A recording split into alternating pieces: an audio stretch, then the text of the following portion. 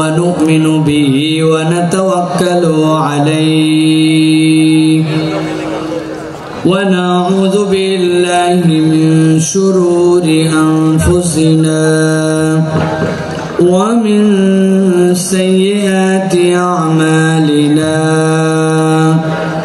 من يهد الله فلا مضل له ومن يضلل فلا هادي له وأشهد أن لا إله إلا الله وحده لا شريك له وأشهد أن سيدنا وحبيبنا وطبيب قلوبنا محمد الذي أرسله بالحق بشيرا ونذيرا وداعيا إلى الله بإذنه وسراجا منيرا فقد قال الله سبحانه وتعالى في كلامه المجيد আমি আপনাদের কাছে আমার নির্ধারিত সময়ে কিছু কথা আল্লাহ রাব্বুল আলামিন যেন আমাদেরকে শুনে বলে আল্লাহ রাব্বুল আলামিনের প্রিয় পাত্র এবং আমল করার নিয়তে কিছু কথা যেন আল্লাহ রাব্বুল আলামিন রাখার তৌফিক দান করেন। এজন্য আল্লাহ রাব্বুল আলামিনের কাছে তৌফিক কামনা করছি। সাথে সাথে যারা এরকম মহৎ উদ্যোগ নিয়ে এই বিশাল এক মাহফিলের আয়োজন করেছেন, এটি আমরা বলতে পারি একটি চ্যালেঞ্জ। এটি কোনো স্বাভাবিক বিষয় নয় যে এই রকম ভাবে এত লক্ষ লক্ষ মানুষের যে আয়োজন করা। আল্লাহ রাব্বুল আলামিন যারা উদ্যোগ নিয়েছেন তাদেরকেও যেন বারাকা দান করেন, আর আমাদেরকে যেন আল্লাহ কবুল করেন, বলেন আল্লাহুম্মা আমিন। আপনারা এরকম আয়োজনে আসতে পেরে কি খুশি ভাই? এলাকায় তো আনন্দ, ঈদের মতো আনন্দ ছড়িয়ে পড়েছে। ঘরে ঘরে একটি ভিন্ন রকম মানুষের কাছে আবেগ কাজ করছে। কেননা কম বেশি মাহফিল অনেকই হয়, কিন্তু একসাথে 10-15 লক্ষ লোকের অ্যারেঞ্জমেন্ট এরকম চমৎকার পরিবেশে যেন একটি অনিন্দ সুন্দর বাগানে আমরা এসে গিয়েছি, এটা কিন্তু করা সকলের দ্বারা সম্ভব নয়, ঠিক কি না? এই জন্য আমি আপনাদের কাছে সহযোগিতা চাইব। আপনারা কোন যদি মনে করেন যে এই জিনিসটি হওয়া দরকার, এই জিনিসটির ঘাটতি আছে, কর্তৃপক্ষকে বললে কর্তৃপক্ষ সেটার যথাযোগ্য ব্যবস্থা গ্রহণ করবেন ইনশাআল্লাহ। তবে আমরা কিছু কথা কোরআনুল কারীম থেকে শুনতে চাই।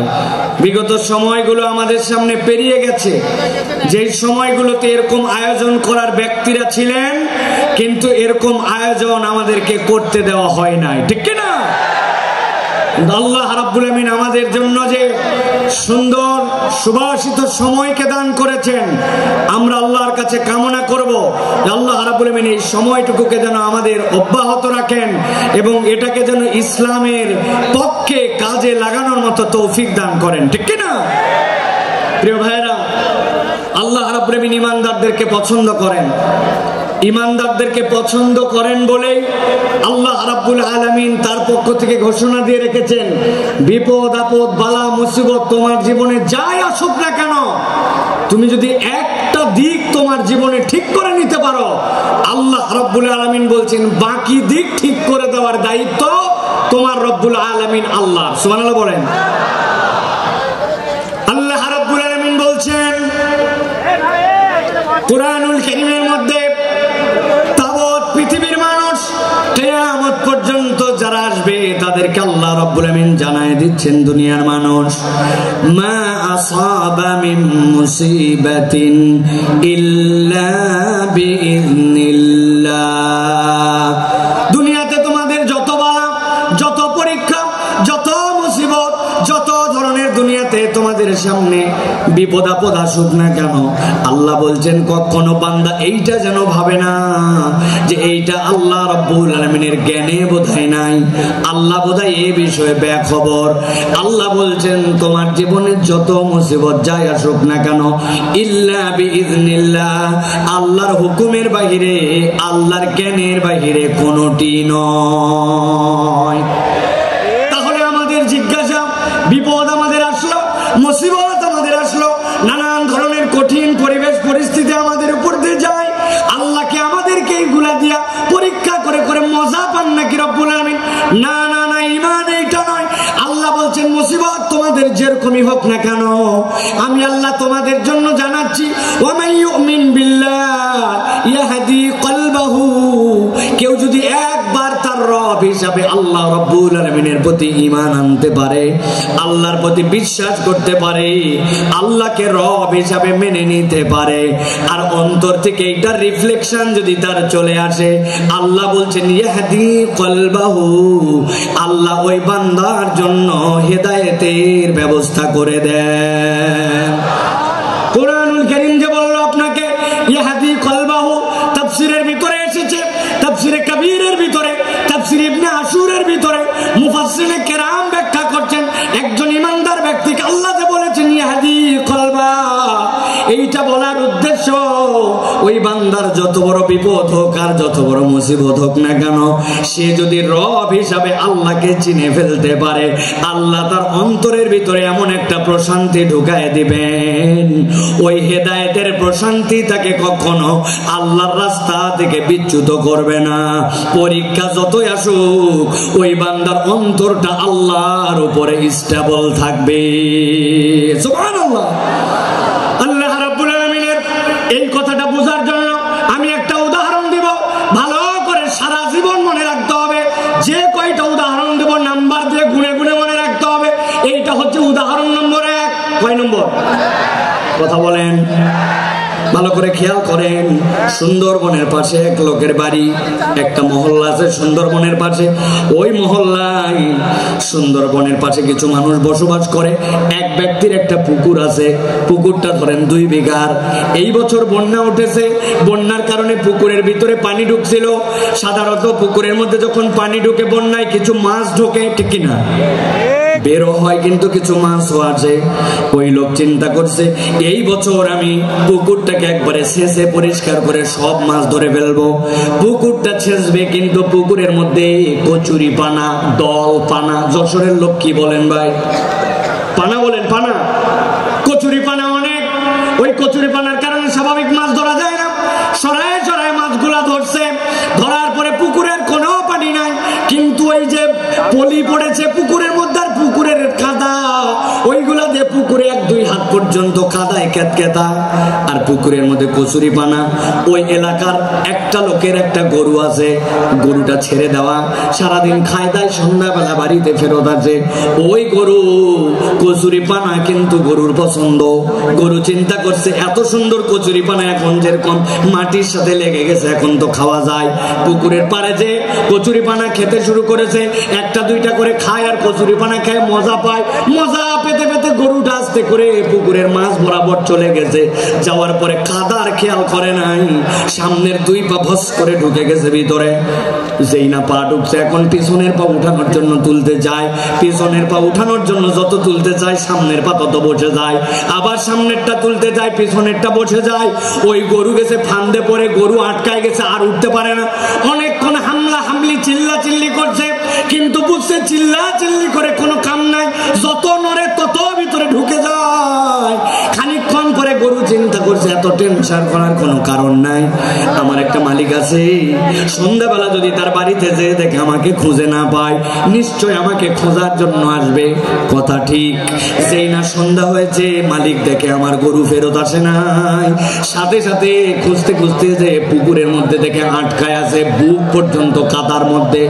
মালিকের মেজাজ খারাপ, দুপুর বেলা থেকে খুঁজতেছি বেটা, বিকাল বেলা তুমি পুকুরের মধ্যে খাওয়ার আর জায়গা পাও নাই। হাতের মধ্যে একটা লাঠি ছিল, আস্তে করে যাই আগে কয়েকটা পেছনে ধাপ ধাপ করে লাগায় দিছে।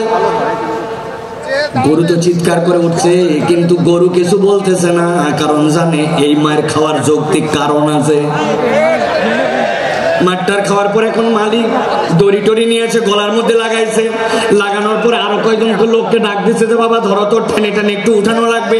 গরুকে টেনে টেনে উঠাইছে। উঠানোর সময় গলা ছিলে গেছে, কোমরের মধ্যে ব্যথা পাইছে। কিন্তু ওই গরুকে উঠানোর পরে বালতি করে পানি নিয়ে খড় দিয়া পিট পিট ডলে টলে পরিষ্কার করে গোয়ালের মধ্যে তুলছে। ঠিক ওই রাত্রে ধরেন একটা ঘটনা ঘটে গেছে। একটা বাঘ সুন্দরবন ছেড়ে মহল্লার মধ্যে আসছে, একটা হরিণ তারা করে ধরবে। এমন সময় হরিণটা যখন পালায় যাচ্ছে, বাঘের আর আইডিয়া নাই যে পুকুরের মধ্যে পানি আছে না নাই, লাফ দিছে একটা লম্বা করে, কিন্তু পুকুর পার হতে পারে নাই, মধ্যে বরাবর পড়ছে। ও তো মনে করছে হয়তো পানি আছে, যেহেতু পুকুর ভর্তি কচুরি পানা, ভাব করে পুকুরের মধ্যে যেই না পড়ছে, 2 হাত 2.5 হাত কাদা, ক্যাত ক্যাত করে কাদার মধ্যে আটকায় গেছে। বাঘের শক্তি অনেক, কিন্তু যতই ওঠার চেষ্টা করছে 10-15 মিনিট উঠতে পারে না, কাদার ঠেলায় ক্যাত ক্যাতায় বুক পর্যন্ত আটকায়। এক পর্যায়ে শক্তি নিঃশেষ, বুক পর্যন্ত আটকায়। সারা রাত যখন সে আটকায় গেছে, তখন জোরে জোরে করে 2টা হুঙ্কার ছাড়ছে। এলাকার মানুষ মনে করছে হায় হায়, মহল্লার মধ্যে বাঘ ঢুকে গেছে, দরজা লাগাও, খিল লাগাও, বাচ্চা কাচ্চা সামলাও, যে যার বাচ্চা কাচ্চা সামলায় টামলায়। রাত কোন রকম ভয়ে ভয়ে পার করছে, কেউ ঘুমায় নাই। সকাল যখন হয়েছে, 1-2জন সাহসী লোক বেরিয়ে দেখতেছে বাঘের খবর কি। একজন খবর দিছে, আরে বাঘ তো নিজে মারতে আসে নাই, উল্টা ফান্দে পড়ছে। দেখ দেখ পুকুরের মধ্যে বাঘ আটকায় আছে, যার কাছে যা ছিল বাঁশ লাঠি সবগুলা নিয়ে যায় ধামা ধাম্মায়। একজন ইয়াং ছেলে বলছে, চাচা একটু সাইড দেন। বলে তুই কই যাবি? বলে আমি ছোট মানুষ, কিন্তু বড় হয়ে যেন গল্প করতে পারি, আমি পিটায় বাঘ মারছিলাম, আমাকে একটু মারার চান্স দেন।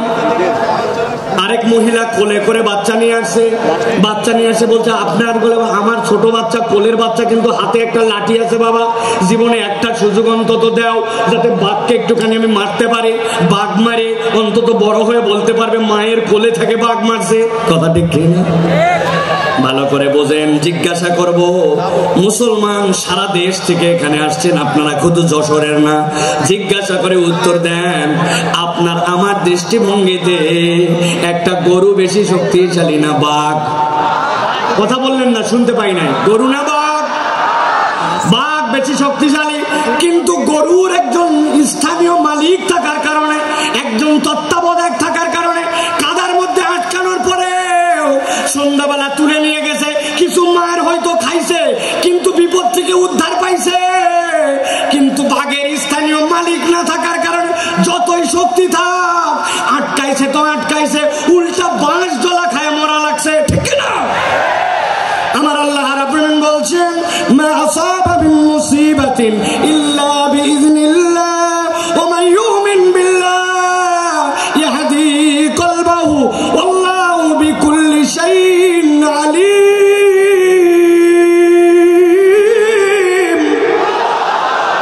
এই দুনিয়ার মানুষ, তুমি ভালো করে জেনে রাখো, বিপদ তোমার যত হোক, মুসিবত তোমার যত হোক, তুমি আল্লাহর প্রতি যদি ঈমান আনার মতো আনতে পারো, তোমার একজন তত্ত্বাবধায়ক আছে, যার মালিক, যার তত্ত্বাবধায়ক আল্লাহ। দুনিয়ার কেউ তাকে দাম না দিলে ওই লোকের কোনো ভয় পাওয়ার কারণ নাই। আর যদি মনে করেন আমেরিকা আমার তত্ত্বাবধায়ক, কানাডা আমার তত্ত্বাবধায়ক, পাশের দেশ আমার তত্ত্বাবধায়ক, তাহলে আমি আপনার কাছে একটা কথা পরিষ্কার করে জানতে চাই এবং বুঝাতে চাই। বুঝে থাকলে বলবেন তো ভাই, আমেরিকা কি আল্লাহর দুনিয়ার ভেতরে না বাইরে? কানাডা কি আল্লাহর দুনিয়ার বাইরে না ভেতরে? পাশের দেশটা কি আল্লাহর দুনিয়ার ভেতরে না বাইরে? তাহলে আপনি বাংলাদেশ থেকে টপকায়া দেশের বাইরে যায় কেমনে ভাবতেছেন আল্লাহর দুনিয়ার বাইরে? ধরে না, ধরে না, ধরে না, ধরলে আল্লাহ ছাড়ে না। কেবল তো খেলা শুরু, ঠিক কিনা? আপনারা ফুটবল খেলছেন না? ফুটবল খেলা কেমনে হয় দেখছেন আপনারা? সেন্টার থেকে খেলা শুরু। কোথা থেকে? সেন্টার থেকে খেলা শুরু হয়, এই পা ওই পা, এই পা ওই পা করতে করতে আস্তে করে বল যখন ডি বক্সের মধ্যে যায়, তারপরে চূড়ান্ত শট করে গোল দেওয়া হয়, ঠিক না? যারা তওবা না করে আল্লাহর কাছে ফেরত আসবে না, আর মনে করবে যে আমি অল্প একটু আয়ত্তের বাইরে চলে গেলাম, গ্রেপ্তারের বাইরে চলে গেলাম, দেশের বাইরে চলে গেলাম আর বেঁচে গেলাম, আপনি আসলে বাঁচেন নাই। এখন পর্যন্ত আসল ধরাটাই খান না। ভালো করে কথা বোঝেন, ঠান্ডা মাথায় কথাগুলো বোঝেন। সময় বড় সংক্ষেপ, কিন্তু কথাগুলো অত্যন্ত আপনাদের হৃদয়ের মধ্যে নিয়ে যাওয়ার। এখন কথা হলো বিপদ আল্লাহ রাব্বুল আমিনের নলেজের মধ্যে। আল্লাহ রাব্বুল আমিন ইমানদারকে উদ্ধার করে দিতে চান। আল্লাহ রাব্বুল সকল বিষয়ে খবর রাখেন, এ বিষয়ে কি আমরা একমত? ঠিক আছে, এবার আল্লাহ বলছেন আমার বান্দা তোমাকে আমি বিপদ থেকে বাঁচায় দিতে চাই, তোমাকে আমি উদ্ধার করে দিতে চাই, আমি রব্বুল আমিন তোমাকে কল্যাণের রাস্তা দেখাতে চাই। কিন্তু রব্বুল আমিন বলছেন আমি বান্দাকে যখন বাঁচাতে চাই আমি রব্বুল আলামিনের একটা তরিকা আছে। উদাহরণ নম্বর 2, কয় নম্বর? কথা বললেন না ইয়াংরা, কয় নম্বর? ওই যে ডান পাশে তাকান, ডান পাশে 3 তলা 4 তলা বিল্ডিং দেখা যায়, দেখতে পাচ্ছেন? ওই দেখেন 4 তলার মধ্যে আলো জ্বলে, 4 তলার মধ্যে জানলা খোলা, ফ্যানটা ঘুরতেছে। এখন আপনাকে যদি কেউ বলে 4 তলার মধ্যে যেহেতু আলো জ্বলতেছে, 4 তলার মধ্যে ফ্যান চলতেছে, তাহলে আপনার স্বাভাবিকভাবে বিবেচনায় কি আসবে? এই বিল্ডিং এর 4 তলায় মানুষ থাকে না থাকে না? মানুষ থাকে। কিন্তু আপনার এলাকার এক ছেলে বলতেছে যতই মানুষ থাক, যাই থাক না কেন, আমি শিওর এইটাতে উঠার জন্য কোনো সিঁড়ি নাই, এইটাতে উঠার জন্য কোনো লিফট নাই, এইটাতে উঠার জন্য কোনো মই নাই, যতই মানুষ থাক। এই কথা যদি বলে কেউ আপনার এলাকায়, ওই ছেলেকে, ওই লোককে কি বলবেন? কেন ওই লোকের পাগল? পাগল বলবেন কেন? বলবেন স্ক্রু ঢিল, ঠিক কিনা? আন্দাজি হুজুর যা বলে তার সাথে হো বলেন না, মানুষের স্ক্রু থাকে নাকি? বলে হুজুর ওই পাগল আর স্ক্রু ঢিল এইটা আক্ষরিক অর্থে নয়, এইটা রূপক অর্থে। ওই লোকটার ব্রেনে অসুবিধা আছে, তাছাড়া 4 তলায় মানুষ থাকে আর সিঁড়িও নাই, লিফটও নাই, এইটা হতে পারে না, ঠিক কিনা? আমার আল্লাহ রাব্বুল আমিন বলছেন বিপদ আছে, বালা মুসিবত আছে, সব আছে, কিন্তু আমি রব্বুল আমিন তোমাকে উদ্ধার করতে চাই। গভীর মনোযোগ দেন, আল্লাহ সিঁড়ি বর্ণনা করতেছেন, এবার কিভাবে তুমি উদ্ধার পাবে? আল্লাহ বলছেন ওয়াতিউল্লাহ ওয়াতিউর রাসূল ফাইন তাওয়াল্লাইতুম ফাইন্নামা আলা রাসূলিনাল বালাগুল মুবিন। আমার রব্বুল আমিন বলছেন বান্দা তোমাকে আমি বিপদ দিয়েছি শেষ করে দেওয়ার জন্য নয়, ধ্বংস করে দেওয়ার জন্য নয়, দুনিয়ার কোন মানুষকে আমি জাহান্নামে দেওয়ার জন্য সৃষ্টি করি নাই। আমি আল্লাহ তোমাকে সিঁড়িটা বলে দিতে চাই। আল্লাহ বলছেন 1 নম্বর সিঁড়ি ওয়াতিউল্লাহ, 1 নম্বরে আল্লাহ রাব্বুল আলামিনের পূর্ণ ইতাআত করা লাগবে। আমি আপনাদের কাছে জিজ্ঞাসা করতে চাই, অত জোরে না বললেও সমস্যা নাই, কিন্তু বুঝে সুঝে বলবেন। আল্লাহ রাব্বুল আলামিনের যে ইতাআত করা লাগবে, এ বিষয়ে কি আমাদের কোনো সন্দেহ আছে? কিন্তু আমরা কি আল্লাহ রাব্বুল আলামিনের পূর্ণ ইতাআত করি? আমরা পূর্ণ ইতাআত করি না। এই মাহফিল এরকম নয় আমি খালি একচেটিয়া বলে যাবো আর আপনি খালি শুনে যাবেন আর হো হো করে যাবেন। আমি আপনার চিন্তার খোরাক দিতে চাই। একটুখানি ঠান্ডা মাথায় এবার চিন্তা ভাবনা করেন তো। আমি 5-7 সেকেন্ড আপনাকে সময় দিব। আমি আল্লাহর ইতাআত করতে হবে জানি, কিন্তু পূর্ণ ইতাআত করি না। বলেন তো আমাদের পূর্ণ ইতাআত না করার পেছনের কারণ কি হতে পারে? ভাবেন, চিন্তা করেন। আপনি একটু 5-7 সেকেন্ড মনে মনে একটা কিছু চিন্তা করেন। আপনাদের এক একজনের এক এক ধরনের প্রশ্ন, আপনাদের চিন্তার উদয় হয়েছে কিনা ভাই?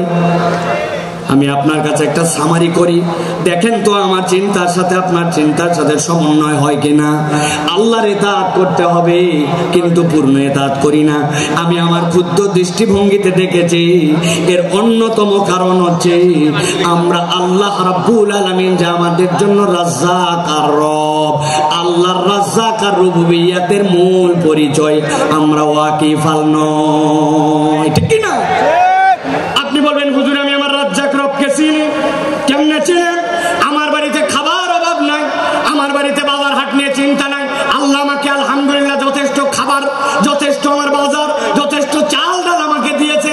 আপনি যদি মনে করেন আল্লাহ আপনাকে চাল ডাল আর খাদ্য এইটাতে একমাত্র আপনার জন্য রাজ্জাক, আপনি তাহলে আল্লাহর রাজ্জাক নামের 1% কেবল চিনছেন, বাকিটুকু আপনি চিনেন নাই। আল্লাহ নিজের পরিচয় দিয়েছেন, ইন্নাল্লাহ হুয়ার রাজ্জাকু যুল কুওয়াতিল মাতিন।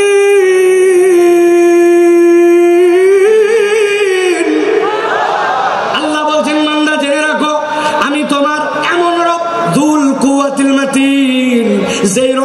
রাজ্জাকের ব্যাপারে তুমি বান্দা বেখবর।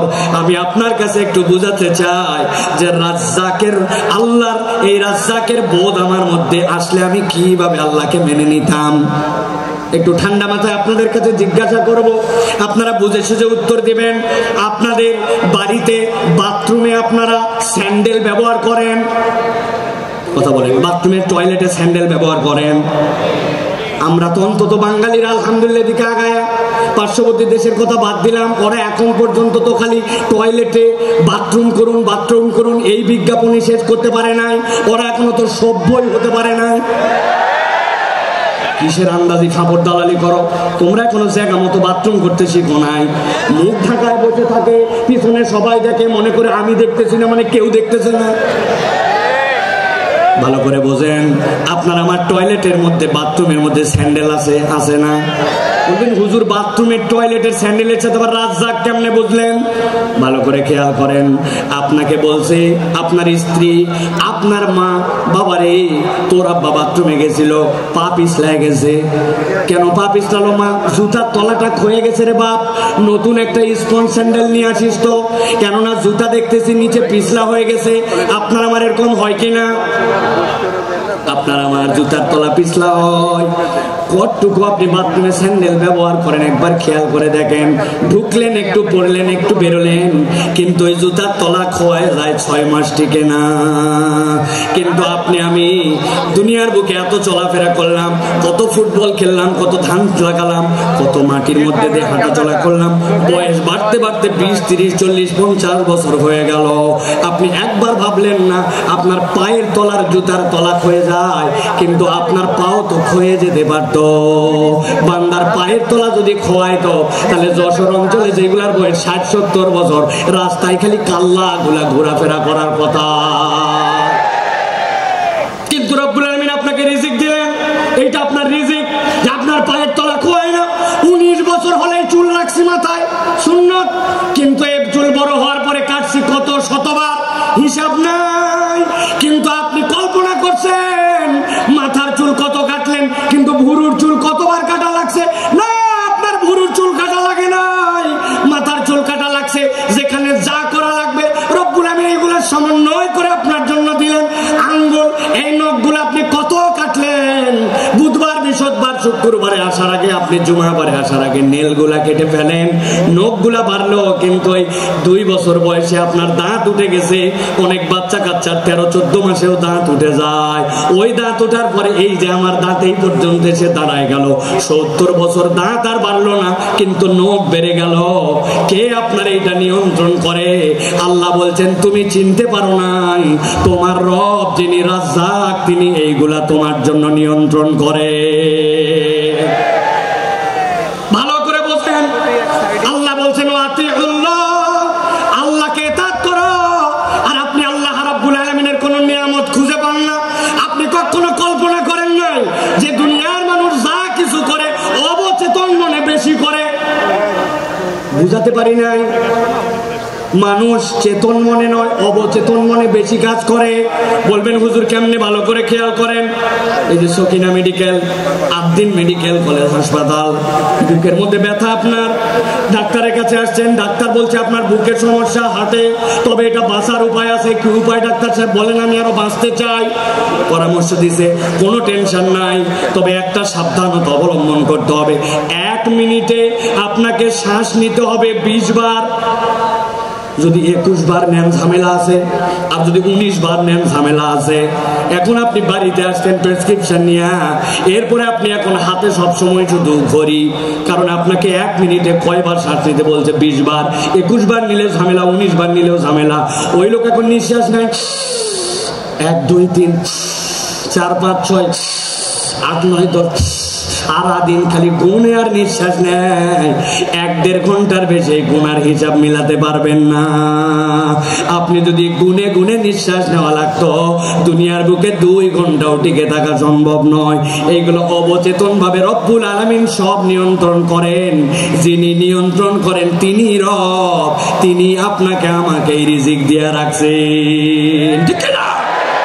যশোর অঞ্চলে পিঠার অঞ্চল, ঠিক না ভাই? পিঠাপুলি জামাইরে খাওয়ান তো আপনারা, না খাওয়ান না? বাদ দিছেন না, এখনো খাওয়ান। জামাইরে খাওয়াই খেজুরের রসের অঞ্চল। অদ্ভুত আল্লাহ নিয়ামত দিয়েছেন, এই নিয়ামতকে রব্বুল আলামিন ভরপুর করে দিয়েছেন। এক জামাই আপনার এলাকায় আসছে, সকালবেলা শাশুড়ি পিঠা খাইতে দিছে। উনি বলছে, আম্মা আমার পিঠা কোথায় দেন? বলছে, জামাই চোখ খোল। বলছে, আম্মার দুঃখের কথা বলেন না, গতকালকে তাড়াহুড়া করে আসছি, আসার সময় চোখের চার্জার আনতে ভুলে গেছি। কি আপনার চোখ যদি চার্জার দিয়ে চার্জ দেওয়া লাগতো, আপনার মোবাইল একদিন গেলে বন্ধ হয়ে যায়, অথচ সারাদিনে 22,000 বার চোখের পলক ফেলছেন। একটা পলকের ডিউরেশন সর্বোচ্চটা 24 সেকেন্ড হতে পারে, যেটাকে পলক হিসাবে কাউন্ট করা হয় সময়ের ক্ষেত্রে। কিন্তু আপনি 22,000 বার চোখের পলক ফেলেছেন, কোনোদিন হিসাব করেন নাই। যিনি এইটা অকৃত্রিম ভাবে খরায় যাচ্ছেন, তিনি আপনার আমার রব রাজ্জাক। চারটা জিনিস জিজ্ঞাসা করবো, উত্তর দিতে হবে আপনাদেরকে। রেডি আছেন সবাই? রেডি? বলেন তো ভাই, ঝালের স্বাদ কেমন? ঝাল ঝাল। কাঁচা মরিচের স্বাদ কেমন? লবণ। বললেন না?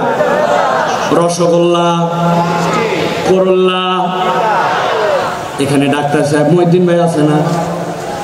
অনেক ডাক্তার আছে না? তাদের কাছে যে শুনবেন, আপনি ঝাল খান, লবণ খান, যাই খান, তিতা খান, মিষ্টি খান, পেটের মধ্যে যেই না দিয়েছেন, সাথে সাথে আপনার কতগুলা টক্সিন আসবে। আসার পরে ওইগুলো এটাকে মন্ডু বানাবে। মন্ডু বানানোর পরে ওইটাকে পেটের মধ্যে দিয়ে চিপে চিপে চিপে চিপে আস্তে করে যাবে।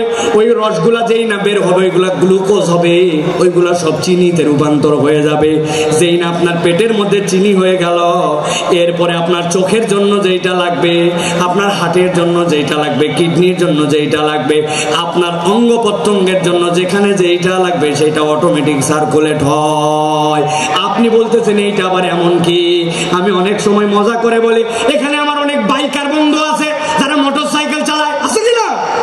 হঠাৎ করে দেখে মোটরসাইকেল বন্ধ হয়ে গেছে, এদিকে কাজ ওদিকে কাজ, ঝুঁকা ঝুঁকি, দেখে নাই কি নাই, কথা বললেন না? অকটেন নাই, পেট্রোল নাই, ঠিক না? চিন্তা করছে অকটেন নাই, পেট্রোল নাই, তাই কি অনেকক্ষণ ধরে আমার সেই রকম প্রস্রাব চাপছে, আমার নিজের ভিতরে যথেষ্ট পরিমাণে এখন পানি আছে, উনি আস্তে করে ট্যাঙ্কি খুলে ভিতরে ঢুকায় দিয়ে কাম ছাড়ছে। বলেন তো ভাই, নিজের প্রস্রাব দিয়া মোটরসাইকেল চলবে তো? ও ভাই বুঝেন না, মনে হয় চলবে না। কেন চলবে না? আমার মোটরসাইকেল, আমার প্রস্রাব চলবি না মানে? বলে হুজুর, মোটরসাইকেল চলার জন্য আলাদা করে পেট্রোল লাগে, ব্রেক করার জন্য ব্রেক অয়েল লাগে, ইঞ্জিনের জন্য ইঞ্জিন অয়েল লাগে। এক জিনিসের কত ফাংশন আলাদা আলাদা করে আপনাকে দিতে হয়। আর আপনি খেয়ে নিচ্ছেন, আপনার বডিটাকে চলানোর জন্য আপনাকে টেনশন করতে হয় না, সবগুলোকে প্রক্রিয়া করে রব্বুল আলামিন চলান।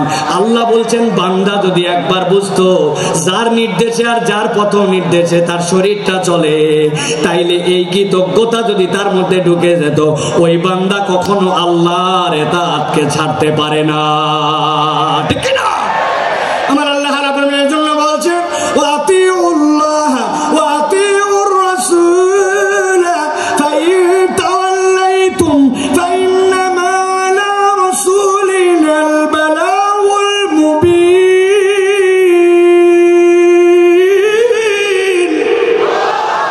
এই দুনিয়ার মানুষ, তোমাকে আমি ধ্বংস করে দেওয়ার জন্য সৃষ্টি করি নাই, আমি তোমাকে নিষ্কৃতি দেওয়ার জন্য সৃষ্টি করেছি।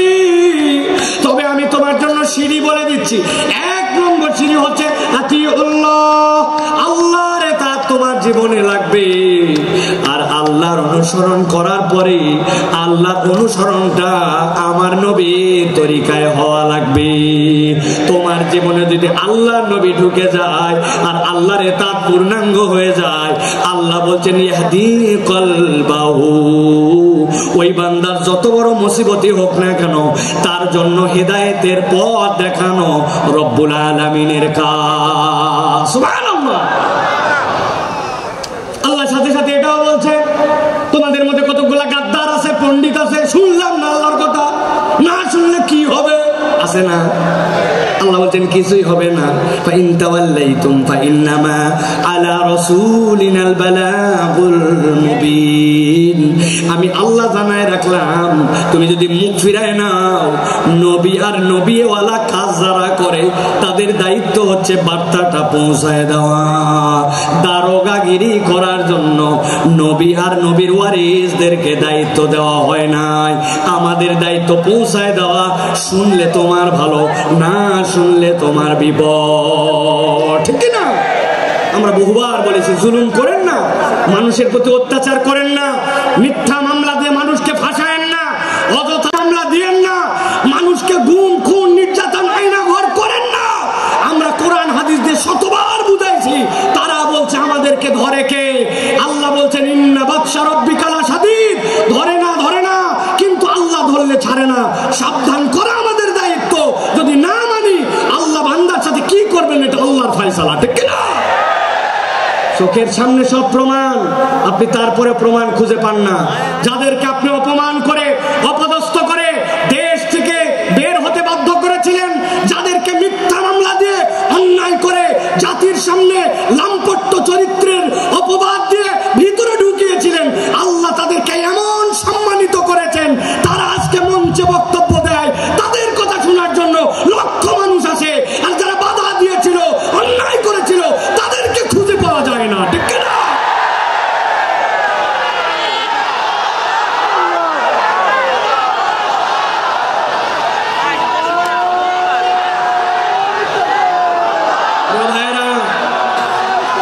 যুগে যুগে যুগে যুগে জালেমদের ব্যাপারে আল্লাহ রাব্বুল আলামিন একটা কথা বলেছেন, খবরদার তোমরা এটা মনে করো না আল্লাহ রাব্বুল আলামিন জালেমদের ব্যাপারে গাফেল। আল্লাহ জালেমদের ব্যাপারে গাফেল নন। আল্লাহ রাব্বুল আলামিন খবর রাখেন, কিন্তু আল্লাহ রাব্বুল আলামিন কিভাবে ধরবেন এটা তোমার হিসাবের মধ্যে কুলাবে না। আজকে আল্লামা মামুনুল হক আপনাদের সামনে কথা বলবেন, এই একটা মানুষকে নিয়ে যে পরিমাণ অপমান অপদস্থতা তারা দেখিয়েছে, একজন আলেমে দ্বীনের হাতের মধ্যে হাত করা লাগিয়েছে, পায়ের মধ্যে ডান্ডা বাড়ি লাগিয়েছে, মাথার মধ্যে বারবার বলেছেন আমাদের ভয় নাই, হেলমেটটা পরায়ও না, শুধু জাতির কাছে অপদস্থ করার জন্য মিথ্যা বুলেট প্রুফ জ্যাকেট, মিথ্যা মাথার মধ্যে হেলমেট, এইগুলো দিয়ে আলেমকে অপমানিত করতে চেয়েছে। আল্লাহ দেখায় দিয়েছেন অপমান যারা করেছিল আজকে তোমাদের পরিণতি কি। এই জন্য আমরা বলতে চাই, এখনো যারা আছেন, আগামীতেও যারা আসবেন, আপনারা যদি মনে করেন একদল গেছে আমরা সামনে বাপের বেটা, আপনাদেরকেও সতর্ক করতে চাই, আলেম ওলামা ইসলামপন্থী কোরআনওয়ালা তাদের সাথে বেয়াদবি করলে দুনিয়া আখিরাতে আল্লাহ তাদেরকে ছাড় দিবে না। সাবধান হয়ে চলবেন, সাবধান হয়ে চলবেন। এটা আমাদের কথা নয়, আল্লাহ রাব্বুল আলামিনের কথা। আল্লাহ রাব্বুল আলামিন বলছেন, ভালো করে জেনে রাখো দুনিয়ার মানুষ, ওয়ামা খলাকতুল জিন্না ওয়াল ইনসা ইল্লা লিয়াবুদুন। আমি জিন আর ইনসান এখানে কাউকে খাস আর আম করি নাই, গণভাবে তোমাদেরকে আল্লাহর ইবাদতের জন্য সৃষ্টি করেছি। অতএব তুমি যদি আল্লাহর আব্দ হও, সেটা যেখানেই হোক না কেন, আল্লাহর উবুদিয়তের মধ্যে ঢুকতে পারলে নিষ্কৃতির পথ আছে। আল্লাহর উবুদিয়তের মধ্যে ঢুকতে না পারলে বাঁচার দ্বিতীয় কোনো রাস্তা নাই। আল্লাহ রাব্বুল আলামিন আমাদেরকে যেন এই কথাগুলি বোঝার তৌফিক দান করেন, বলেন আল্লাহুম্মা আমিন। প্রিয় ভাইরা, আমি মূল আলোচনার মধ্যে প্রবেশ করব, তবে তার আগে এতক্ষণ যেটি বললাম এটা আমার নিজস্ব চিন্তা চেতনায় আমি খেয়াল করে দেখেছি। আমাদের যে মাহফিলগুলো হয়, এই মাহফিলগুলোতে আমাদের যারা শ্রোতারা আসেন তারা একটু এলোমেলো বাউন্ডারিহীন আসেন। কি শুনলাম আর কি শুনবো, খানিকক্ষণ আসলাম, স্লোগান দিলাম, তাকবীর দিলাম, হই হই করলাম, চলে গেলাম। এই মাহফিল বড় মাহফিল, লোক দেখানোর মাহফিল করে লাভ নাই। এই জন্য আমি চিন্তা করি যেখানেই যাই আগে অন্তত একটু আইল দেই, আইল বাঁধা। আইল চেনেন আপনারা? ভাই আইল যদি না থাকে পানি বাঁধবে? কথা বললেন না, পানি বাঁধবে? আসলে আমাদের থেকে অনেক ডিস্টেন্স হয়ে গেছে আপনাদের, তাই না ভাই? একটু দূরে চলে গেছেন আপনারা। প্রিয় ভাইয়েরা, আইল যদি না থাকে তাহলে পানি যেরকম বাঁধে না, তো আমাদের জীবনে আমি যে কথাটা শুনবো এই কথাটার আগে একটা আইল লাগবে, যে আমি কেন এই কথাটা শুনতেছি, এই কথাটা আমার শোনা কেন জরুরি, আমি তো আল্লাহ রাব্বুল আলামিনের পূর্ণ ইতাআতে ঢুকতে চাই, কিন্তু আমার জীবন ভর এমন অপরাধ, এমন ভুলভ্রান্তি যে আমি কোনো লাইন খুঁজে পাই না, আমি কোন লাইনে যাব। তো ওই লাইনটা বোঝানোর আগে আমি একটু আয়াল দিলাম। এখন আপনাদের সহযোগিতা নিয়ে আমরা সরাসরি একটু তাফসীরের মধ্যে প্রবেশ করতে চাই। আপনারা প্রবেশ করতে চান? আছেন আপনারা ইনশাআল্লাহ? কারা কারা আছেন দুই হাত উঁচু করে একটু দেখান। কথা বলবেন না, কোনো কথা বলবেন না, চুপচাপ হাত নামান, হাত নামান, হাত নামান, হাত নামান। থামেন থামেন, তাকবীর দিয়েন না ভাই, কত সময় সংক্ষেপ, আপনাদের অনেক আবেগ আমরা জানি, তাকবীর দিয়েন না। একটু আপনাদের মোবাইলে লাইট আছে? আছে? একটু শাট করে 5 সেকেন্ড সময় দিলাম, জ্বলায় ফেলেন দেখি। হ্যাঁ, একটু জ্বলায় ফেলেন। যার যার মোবাইল আছে কথা বলবেন না, একটা কথা হবে না, একজনও না। জ্বলাইছেন? এবার হাতটা উঁচু করেন, দুই হাত, দুই হাত। যারা জ্বলাতে পারে নাই শিখিয়ে দেন কেমনে জ্বলাতে হয়। হাত উঁচু করেন, হাত উঁচু করছেন, শক্ত করেন, শক্ত, একটু শক্ত, একটু ডানে দিকে নড়া দেন, এবার একটু বামে দেন, এবার একটু সামনে দেন, একটু পিছনে দেন, এবার একটু পিছনে টানে দেন, টানে দেন। এবার হাতটা সোজা করেন, সোজা সোজা সোজা করেন। এবার হাতটা এরকম করে নড়াচড়া দেন, দুই দিকে নড়াচড়া দেন। এবার হাতটা সোজা করেন, স্ট্রেট, নো নড়াচড়া। গলাটা পরিষ্কার করেন, ভালো করে দিছেন। এবার আমরা আকাশ বাতাস মুখরিত করে আল্লাহর একটা তাকবীর দিয়ে আলোচনার মধ্যে প্রবেশ করতে চাই। যারা আসমান জমিন মুখরিত করে একটা তাকবীর দিতে পারবেন তারা বলেন আল্লাহুম্মা আমিন। এই স্বেচ্ছাসেবক ভাইয়ের, আপনারা দিবেন না তাকবীর? নাকি আপনারা ওয়াজের বাইরে? আপনারা তো ওয়াজের ভিতরে। হাত সোজা করেন। কারা কারা জ্বলাতে পারে না শিখিয়ে দেন, হাত সোজা করেন। সোজা করছেন? আল্লাহুম্মা আমিন বলেন। এবার একটা আকাশ বাতাস মুখরিত করে তাকবীর দেখতে চাই। আমি আল্লাহু আকবার আসতে বলবো, লিল্লাহি তাকবীর, আপনারা জোরে করে আল্লাহু আকবার বলবেন, যাতে কোনো বিতাড়িত শয়তান এখানে থাকতে না পারে। পারবেন ইনশাআল্লাহ? দেখে এটা তাকবীর দেন, লিল্লাহি তাকবীর, লিল্লাহি তাকবীর। আল কোরআনের আলো, আল হাদিসের আলো, তোমার নেতা আমার নেতা, তোমার নেতা আমার নেতা, আলেম ওলামা যেখানে, আল্লাহর আইন যেখানে, লিল্লাহে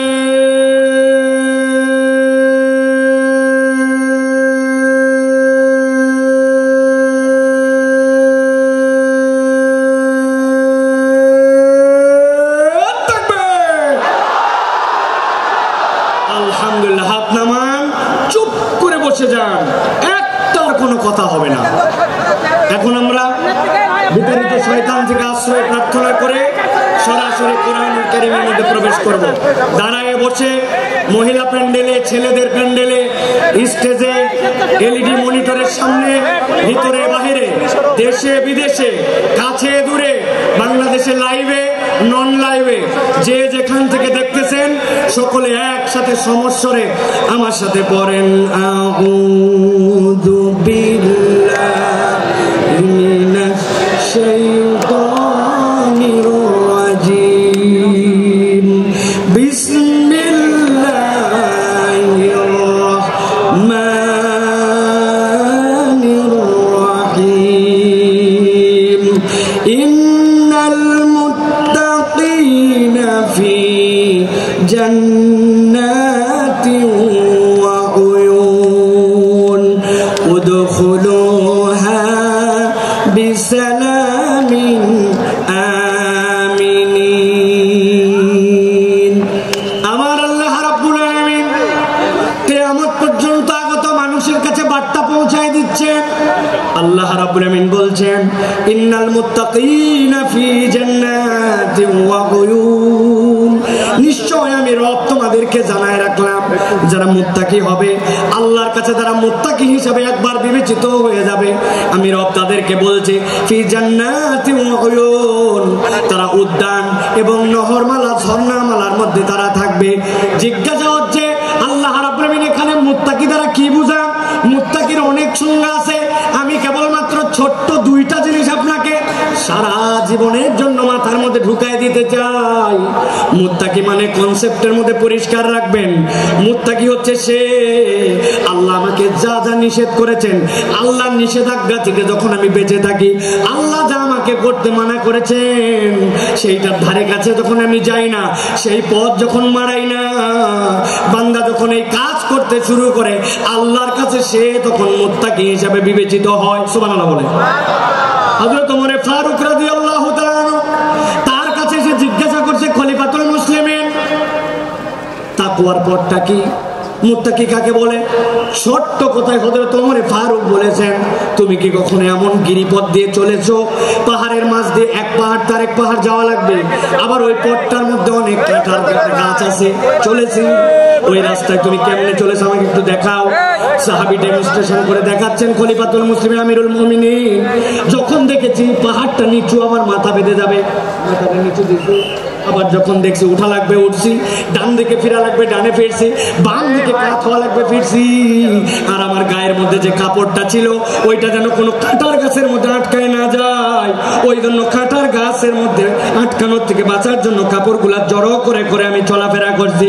হযরত ওমর ফারুক বলছেন, তুমি তো তাকওয়া বুঝেই ফেলছো, তাকওয়ার পথ তো এইটাই, হালাল হারামের সংমিশ্রণ আছে, আল্লাহর নিষেধাজ্ঞা আছে, অনেক কঠিন, কিন্তু তোমাকে তো বেরিয়ে যেতে হবে, তুমি বিবেচনা করে করে যখন চলো এইটাই তোমার জন্য তাকওয়ার পথ।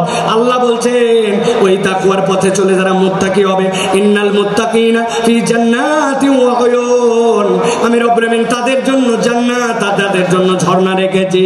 আল্লাহ ডাক দিয়ে বলবেন উদখুলুহা বিসালামিন আমিনিন, ওর মধ্যে তোমরা নিরাপত্তার সাথে প্রবেশ করো। আল্লাহ মূলত বোঝাতে চান আমার বান্দা যে একবার হবে, আমার এতাতকারী যে হবে, আমি তাকে জাহান্নামের জন্য সৃষ্টি করি নাই, আমি তাকে জান্নাত দিতে চাই। সুবহানাল্লাহ।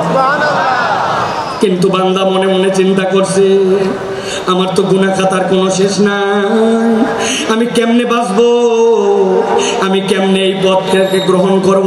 আল্লাহ রাব্বুল আমিন বলছেন বান্দা তুই ভয় পাস না, আমি তোর জন্য ঘোষণা করতেছি। রব্বুল আলামিন কোরআনুল কারীমের 5 নম্বর সূরা, সূরা মায়েদা এর 74 নম্বর আয়াতের মধ্যে বলছেন আফালা ইয়াতুবুনা ইলাল্লাহ ওয়া ইস্তাগফিরুনাহু ওয়া ইস্তাগফিরুনাহু ওয়াল্লাহু গফুরুর রহিম। আমার আল্লাহ বলতেছেন এই দুনিয়ার মানুষ ভালো করে বোঝো, আমি রব তোমাকে বললাম আফালা ইয়াতুবুনা ইলাল্লাহ, তুমি কি আল্লাহর দিকে ফেরত আসবে না, ওয়া ইস্তাগফিরুনাহু, আর তুমি কি তোমার রবের কাছে ক্ষমা চাইবে না। এটার দ্বারা আল্লাহ কি বুঝাতে চান, তুমি যদি আল্লাহর কাছে ফেরত আসো আর যদি ক্ষমা চাও, আল্লাহ বলছেন আমি রব্বুল আমিন নিজেকে ঘোষণা দিলাম আল্লাহু গফুরুর রহিম, রব তাকে দয়াময় ক্ষমা করার জন্য রেডি আছে। সুবহানাল্লাহ। তাহলে আমাদের কাজ রব্বুল আলামিনের কাছে ফেরত আসা। আল্লাহ অন্য আয়াতে বলতেছেন কুলিয়া ইবাদিয়াল্লাযীনা আসরাফু আলা আনফুসিহিম কুল, হে নবী আপনি বলে দেন ইয়া ইবাদিয়া, হে আমার বান্দারা, আল্লাযীনা যারা আসরাফু বাড়াবাড়ি করে ফেলেছো, আলা আনফুসিহিম নিজেদের অন্তরের উপরে, লা তাকনাতু মির রাহমাতিল্লাহ, তুই তোর রবের দয়া থেকে কখনো ভরসাহীন হয়ে যাস না, ইন্নাহু হুয়াল গফুরুর রহিম। আল্লাহ বলছেন তোর রব নিশ্চয় ক্ষমাকারী আর নিশ্চয় তোর রব রহিম। আল্লাহ এরপরে বান্দাকে বলছেন ওয়া আনিবু ইলা রাব্বিকুম ওয়া আসলিমু লাহু, আল্লাহর কাছে ফেরত আয় আর একবার বল আল্লাহ ভুল হয়ে গেছে, এখন আমি তোমার কাছে আত্মসমর্পণ করলাম।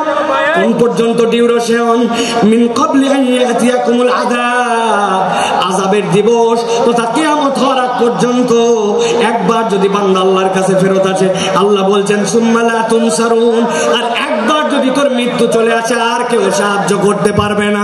আল্লাহ আয়াতগুলো সাক্ষ্য দেয় আল্লাহ বান্দাকে ক্ষমা করে দিতে চান। সুবহানাল্লাহ। এখন আপনাদের কাছে দুইটা প্রশ্ন। এক নম্বরে আল্লাহ রাব্বুল আমিন ক্ষমা করে দিতে চান, আমরা কি ক্ষমা পাইতে চাই? আল্লাহকে আমাকে শোনাতে হবে না, আমাকে শোনাতে হবে না, আমরা কি ক্ষমা পেতে চাই? আল্লাহ রাব্বুল আলামিন ক্ষমা করতে চান, পেতে চাই, কিন্তু দ্বিতীয় জিজ্ঞাসা হচ্ছে আল্লাহর কাছে ক্ষমা পেতে চাই, কিন্তু এর জন্য আমাদের কি কোনো প্রচেষ্টা আছে? কি সমস্যা? আস্তে আস্তে আস্তে, একজন দুইজন বলেন, আপনারা চুপ করেন সবাই, শোনা যায় না, স্পষ্ট না? আল্লাহু আকবার। আমাদের মাইকালা ভাই, আমি আপনাকে কতগুলো পরামর্শ এখান থেকে দিয়ে যাই। আগামীকালকে সামনের যে 5-7 রো দেখতে পাচ্ছি, প্রত্যেকটা বাসে একটা বাস পর পর 2টা করে টিউবলাইট লাগাই দিবেন। আর সামনের যে বাস, এই বাস থেকে সামনের দিকে 4টা বাস পরপর 2টা হর্ন, 2টা হর্ন, 2টা হর্ন, যত সাউন্ড বাইরে তার এই জায়গাতে কালকে লাগাই দিবেন। ঠিক আছে ভাই? আজকের মধ্যে একটু কষ্ট করে শুনি ভাই, হ্যাঁ? তারপরে আমরা নেক্সট এটা ঠিক করে ফেলবো ইনশাআল্লাহ। একদম চুপ করে যান সবাই। আমি মাইকের কাছাকাছি ফোকাস রেখে কথা বলার জন্য চেষ্টা করতেছি, যাতে আপনারা একটু কথাগুলো বুঝতে পারেন। প্রিয় ভাইরা, খুব গুরুত্বপূর্ণ কথা ভাই, কেবল তো কথা শুরু। আমরা ক্ষমা পেতে চাই এবং আমরা ক্ষমার প্রচেষ্টা আল্লাহর কাছে করতে চাই, কিন্তু কোরআন হাদিসের পদ্ধতি অনুযায়ী ক্ষমা লাভের উপায় কি এ বিষয়ে আমাদের সকলের পরিষ্কার ধারণা নাই। আমি আপনাদের কাছে বলতে চাই, কোরআন হাদিসের বক্তব্য অনুযায়ী একজন বান্দার ক্ষমা লাভের সর্বনিম্ন 5টা উপায়। জিজ্ঞাসা করব, উত্তর দিবেন শুনতে পারে। ক্ষমা লাভের সর্বনিম্ন উপায় কয়টা? হয় নাই? সকলে হাতগুলা নিচে নামান, এরকম করে হাত নিচে নামাবেন। আমি জিজ্ঞাসা করব কয়টা, হাত তুলে সবাই একসাথে বলবেন 5টা। কোরআন হাদিসের আলোকে ক্ষমা লাভের সর্বনিম্ন উপায় কয়টা? সব হাত ওঠে নাই, আমি দেখতে পাইছি। আরেকবার চান্স দিব, হাত নামান। ক্ষমা লাভের সর্বনিম্ন উপায় কয়টা? আলহামদুলিল্লাহ। এই 5টা কথা শুনবো, আমার বক্তব্য শেষ হবে, এশার আজান হবে ইনশাআল্লাহ। ভালো করে খেয়াল করে শোনেন। ক্ষমা লাভের উপায় হচ্ছে 5টা। কয়টা? এর 1 নম্বর হচ্ছে ঈমান এবং নেক আমল। আস্তে করে বলেন, 1 নম্বরটা কি? নেক আমল। ঈমান, নেক আমল। বলেন, ঈমান, নেক। এই ওয়াজটা যেন বাড়িতে মুখস্থ যায়, এই জন্য আমি এত কষ্ট করতেছি। 1 নম্বর ঈমান এবং নেক আমল। আল্লাহ রাব্বুল আলামিন বলছেন, ওয়াদাল্লাহুল্লাযীনা আমানু ওয়া আমিলুস সালিহাত মিনহুম মাগফিরাতাও ওয়া আজরান আযীমা। আল্লাহ বলছেন, দুনিয়ার মানুষ শোনো, ওয়াদাল্লাহ, আল্লাহ তোমার সাথে ওয়াদা করছেন। আপনি বাড়ির থেকে বেরিয়ে এসেছিলেন, বাচ্চা বলছে আব্বা আমার জন্য চকলেট নিয়ে আসবে। আপনি বলছেন ঠিক আছে চকলেট নিয়ে আসবো, কিন্তু বাড়িতে ঢোকার সময় ভুলে গেছেন। আপনি আপনার ছেলেকে বলছেন 5-এ ভালো রেজাল্ট কর, একটা সাইকেল কিনে দিব, কিন্তু আপনি সাইকেল কেনার কথা আর সামর্থ্যে কুলাই নাই, ভুলে গেছেন। বউরে বলছেন এবার খালি বেতন পাই, লাল রঙের একটা শাড়ি তোমাকে কিনে দিব। এরপরে কত বেতন গেল, কিন্তু শাড়ি কেনার কথা বা সামর্থ্য অনেক সময় হিসাবে মেলে না। আমরা ওয়াদা করি, কিন্তু অনেক সময় ওয়াদা আমরা রাখতে পারি না। এরকম আমাদের জীবনে হয় কিনা? কিন্তু আল্লাহ বলতেছেন, বান্দা আমার জন্য ওয়াদা করা লাগে না, ফাআলুল লিমা ইউরিদ। আমরা আল্লাহর ব্যাপারে বলি ইন্নাকা লা তুখলিফুল মিআদ, আমার রব কখনো ওয়াদার ব্যতিক্রম করেন না। কিন্তু সে আল্লাহ বলছেন ওয়াদাল্লাহ, আল্লাহ ওয়াদা করতেছেন আল্লাযীনা আমানু, যারা ঈমান আনবে। 2 নম্বর ওয়া আমিলুস সালিহাত, ঈমান আনার সাথে সাথে আমলে সালেহ করবে। মিনহুম মাগফিরা, আমি রব্বুল আমিন তাদেরকে ক্ষমা করে দিব।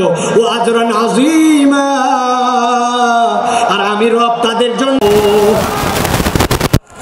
সহজ, কিন্তু বুঝে ঘাটতি আছে আমাদের ধারণা। আমরা তো আলহামদুলিল্লাহ ঈমানদার, ঠিক না ভাই? আলহামদুলিল্লাহ ঈমানদার, আমরা ঈমান আনছি। এবার যদি জিজ্ঞাসা করে আমলে সালেহ করেন, নেক কাজ করেন, বুক ফুলায় বলবে করি, মানে নামাজ বাদ দেই না, রোজার সময় রোজা করি, হজ যাকাতও দেই সুযোগ থাকলে, বলি কিনা আমরা? প্রিয় ভাই, ভালো করে বুঝে যান, ভালো করে অন্তর দিয়ে কথাগুলো, পাঁচ রোজা হজ যাকাত নেক কাজ, কিন্তু এইগুলো একমাত্র নেক কাজ নয়। কথা,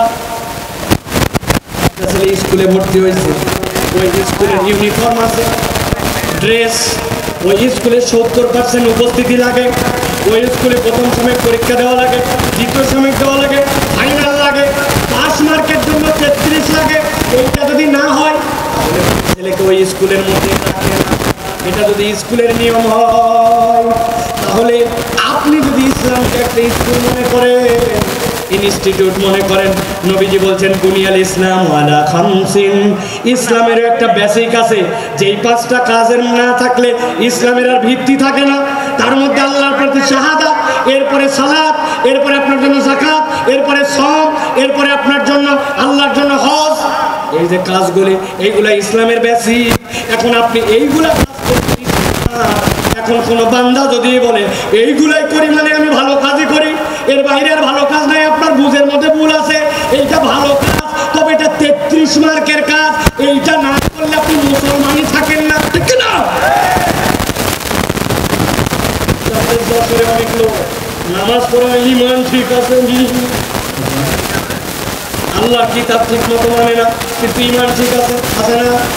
বলতে আমানতু বিল্লাহি ওয়া মালাইকাতি ওয়া কুতুবিহি, আমি আল্লাহর কিতাবের সব বিধান মানি, আল্লাহর কিতাব যা আছে তার প্রতি আমি বিশ্বাস করি, আমি আল্লাহর কিতাবকে গ্রহণ করে নিলাম। কিন্তু ওই লোককে যদি বলা হয় নামাজে ইসলাম মানলেন, রোজা ইসলাম মানলেন, কিন্তু আল্লাহর জমিনে আল্লাহর বিধান দিয়ে শাসনটা হোক, এই কথা বললে তখন বলে বক্তা দল করে,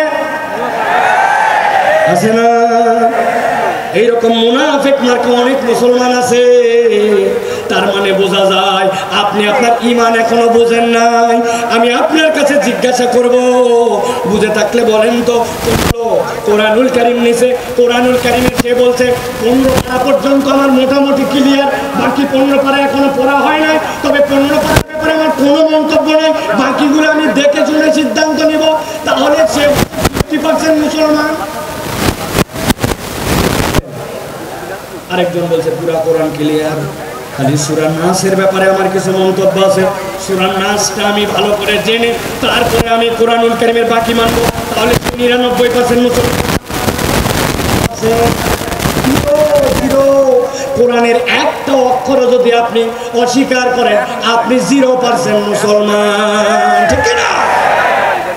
আপনি না বলছিলেন আমানতু বিল্লাহি ওয়া মালাইকাতি ওয়া কুতুবিহি, আমি আল্লাহর প্রতি ঈমান আনি, রাসূলের প্রতি, কিতাবের মধ্যে যা কিছু আছে সবগুলোর উপর। তাহলে আপনার কি মানে হইছে?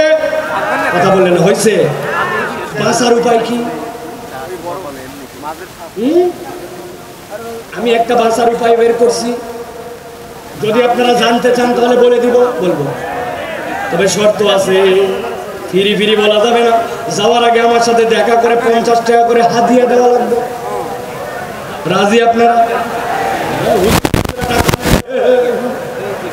এটা গাড়ি ভাড়া খালি দিতে পারবো না, এগুলো বললে হবে না। কয় টাকা?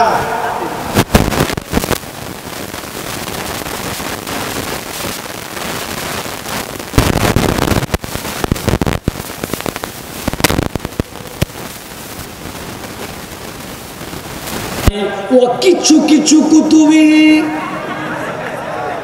অথবা বলবো আমানতু বিল্লাহি ওয়া মালাইকাতিহি ওয়া যদ্দুর বুঝি তদ্দুর কুতুবিহি।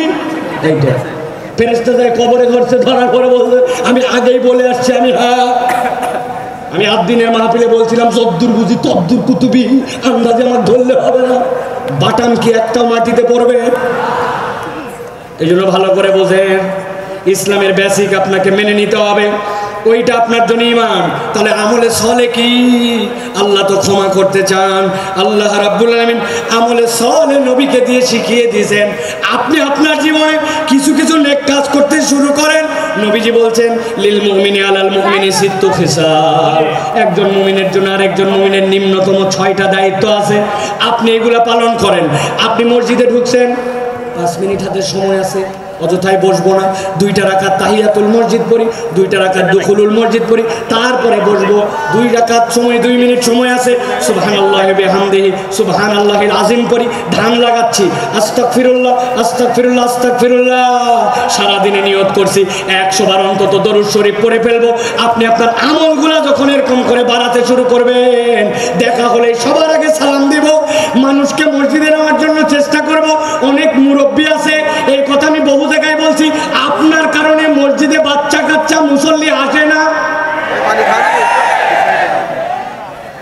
আপনারা মুরব্বীরা রাগ করেন না, আমি কিন্তু আমার সবচেয়ে বাংলাদেশের সিনিয়র মুরব্বী ভাই, ওই ভাইয়ের দাওয়াতে কিন্তু এখানে আসছি, ভাই বলি যদিও উনি আমার অনেক সিনিয়র। ভালো করে বোঝেন, মুরব্বীদের কারণে অনেক মুসল্লিরা আসে না। বাচ্চা কাচ্চা মসজিদে আসে, একটু হাসাহাসি করে না ভাই, একটু কথাবার্তা বলছে, মুরব্বীর গেছে একবারে মাথা গরম হয়ে চিন্তা করছে কোন বেটা এত বড় হাসলো, আমি তাকে দেখাবো। উনি শেষ বৈঠকে বসে আছে, এখন আত্তাহিয়াতু পড়তেছে, আত্তাহিয়াতু লিল্লাহি ওয়া সাল্লাম। কার বেটা এরকম করলে ও দেখি, আল্লাহুম্মা সাল্লি আলা মুহাম্মদ, মনে হয় এটা হচ্ছে আকবরের বেটা হতে পারে। এরপরে আল্লাহুম্মা ইন্নী যালামতু নাফসি পড়তেছে, আর চিন্তা করছে যে ইমাম সাহেব এত লম্বা দোয়া পড়তেছে, বেয়াদবগুলো হাসাহাসি বন্ধ করে না। উনি এই সকল ভাবতেছে আর চিন্তা করতে, খালি নামাজ শেষ হত দেখাচ্ছে, আসসালামু আলাইকুম ওয়া রাহমাতুল্লাহ, আসসালামু আলাইকুম ওয়া রাহমাতুল্লাহ। আছে না এমন ঝাঁকি মারছে, ওই বাচ্চা মসজিদ থেকে বাড়াইছে, ওই বাচ্চার মসজিদে আসে না, ঠিক কিনা? এই মুরব্বী যারা আছেন, কার কার পকেটে চকলেট আছে বার করেন, কার পকেটে আছে দেখি একটু। হুজুর চকলেট কেন লাগবে? আপনি ওই বাচ্চাকে ডাক দিয়ে বলছেন, দাদু হাসে না মসজিদের মধ্যে, আয় এদিকায়, এই চকলেটটা নিয়ে পরের ওয়াক্ততে কিন্তু হাসবি না দাদু, কিন্তু মসজিদে কিন্তু আসবি। পরের ওয়াক্তে আবার দেখা হয়েছে, হাসে নাই, দেখছেন, পাশে নিয়ে দাঁড় করে আরেকটা চকলেট বের করে দিয়েছেন। এক ছেলে কয়দিন চকলেট খায় পছন্দ করবে না, 2 দিন পরে 5 টাকার একটা কয়েন বের করে হাতে দিয়ে বলছেন, দাদু একটা বিস্কুট কিনে খাস, তুই তো চমৎকার করে নামাজ পড়িস।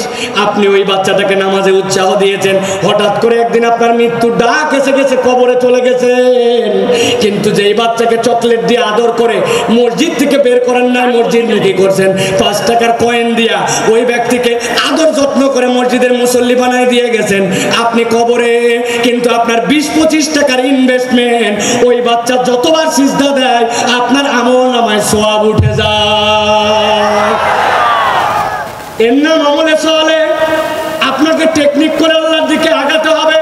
আল্লাহ বলছেন, আমার বান্দা যদি আমানু আমিলুস সলিহাত মিনহুম মাগফিরা ওয়া আজরান আযীমা, আমার বান্দাকে আমি রব কেবল ক্ষমাই করব না, আমি বিশাল পুরস্কার দিয়ে দিব ঈমানের সাথে।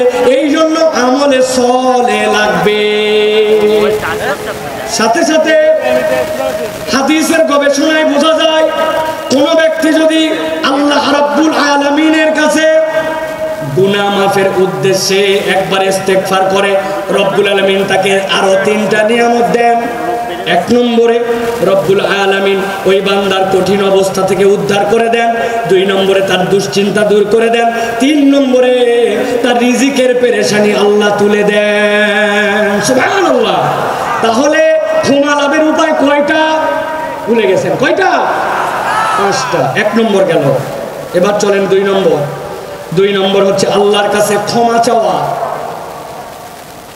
বান্দা যদি ক্ষমা পেতে চায়, আল্লাহর কাছে তাকে ক্ষমা চাইতে হবে। আল্লাহ রাব্বুল আলামিন বলছেন, وَمَن يَعْمَلْ سُوءًا أَوْ يَظْلِمْ نَفْسَهُ ثُمَّ يَسْتَغْفِرِ اللَّهَ يَجِدِ اللَّهَ غَفُورًا رَّحِيمًا। আমার আল্লাহ বলছেন, বান্দা ভালো করে বুঝো, وَمَن يَعْمَلْ, তোমাদের মধ্যে যে করে ফেলে, সুআন, কোন গুনাহ, আও ইয়াজলিম নাফসাহু, অথবা নিজের উপরে সে জুলুম করে ফেলছে, সুম্মা ইস্তাগফিরিল্লাহ, 1 মুহূর্ত দেরি করে না, তার রবের কাছে সে ইস্তেগফার করেছে। আল্লাহ বলছেন, কেউ যদি আল্লাহর কাছে ইস্তেগফার করে, ইয়াজিদিল্লাহ গফুরার রহিমা, আল্লাহর কাছে ইস্তেগফার করলে আল্লাহকে সে দয়াময় ক্ষমাশীল হিসাবে পাবে। সুবহানাল্লাহ। কিন্তু ওই মাপ চাওয়াটা যেন মাথা খাটানো মাপ চাওয়া হয়, ওই মাপ চাওয়াটা যেন ঠোঁটের মাপ চাওয়া না হয়, ওই মাপ চাওয়াটা যেন স্বয়ং বেয়াদবি না হয়। অনেক সময় বাচ্চা কাচ্চাকে বাপ মা কারোর সাথে বেয়াদবি করলে বলে, বল সরি, বল সরি, বল। ওই বাচ্চা এমন ভাবে সরি বলে, সরি বলাটাও একটা বেয়াদবি, সরি এমন ভাবে বলছে। আমরাও অনেক সময় আল্লাহর কাছে বেয়াদবের মতো মাপ চাই। আপনারা বুঝতে পারেন নাই আমার কথা, জন্য এই কথাটার সাথে সাড়া দেন নাই। আমরা আল্লাহর কাছে অনেক সময় বেয়াদবের মতো মাপ চাই। ঠিক বলছেন তারা, বোঝেন না। এক্সাম্পল দিয়ে বুঝাই। ইমাম সাহেব সালাম ফিরাচ্ছে, খেয়াল করেন। আসসালামু আলাইকুম ওয়া রাহমাতুল্লাহ, নামাজে আসসালামু আলাইকুম ওয়া রাহমাতুল্লাহ আছে। আপনি কি বলছেন আল্লাহর কাছে? আরেকটা বুঝায়, এমপি সাহেবের কাছে গেছেন, একটা চাকরি দরকার আপনার ছেলের জন্য, সুন্দর করে যায় এমপি সাহেবের কাছে বলতেছেন, মাননীয় এমপি সাহেব আপনার কাছে আসছে, আমার ছেলের কাছে চাকরি দরকার, জরুরি ভিত্তিতে আপনার অনেক ক্ষমতা আছে, চাকরি দরকার, মেহরবানি করে দ্রুত আমাকে চাকরি দেবেন। আসসালামু আলাইকুম। এমপি সাহেব বলছে, পাগলটা কোত্থেকে আসছে রে, এটা আস্থা বেয়াদব। কথা বললেন না, অত দূর গেলাম না। আমি হুজুরের কাছে আসছেন, হুজুর আমার ছেলেটা অসুস্থ, আমার ছেলের জন্য আপনি দোয়া করবেন। পাগল না ছাগল, আমার কাছে এত জোরে এসে দোয়া চাচ্ছে।